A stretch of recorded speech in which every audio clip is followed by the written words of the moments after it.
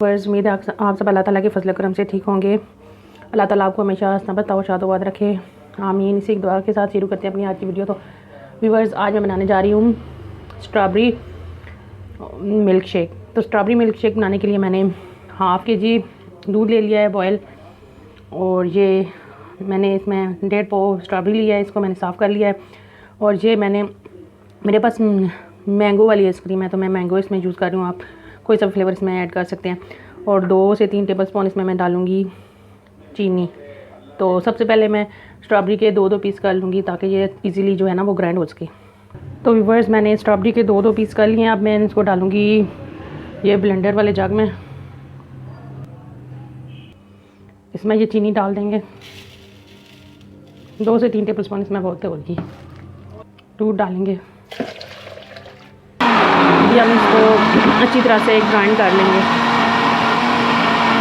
हमें इसका स्मूथ सा जूस तैयार करना है। अभी हम इसमें ये आइसक्रीम डाल देंगे बिस्मिल्लाहिर्रहमानिर्रहीम, और दोबारा इसको ना अच्छी तरह से ब्लेंड करेंगे।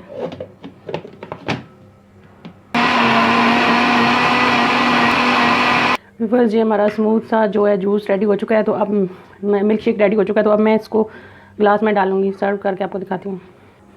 हम ग्लासों में डालेंगे मिल्क शेक बिस्मिल्लाहिर्रहमानिर्रहीम।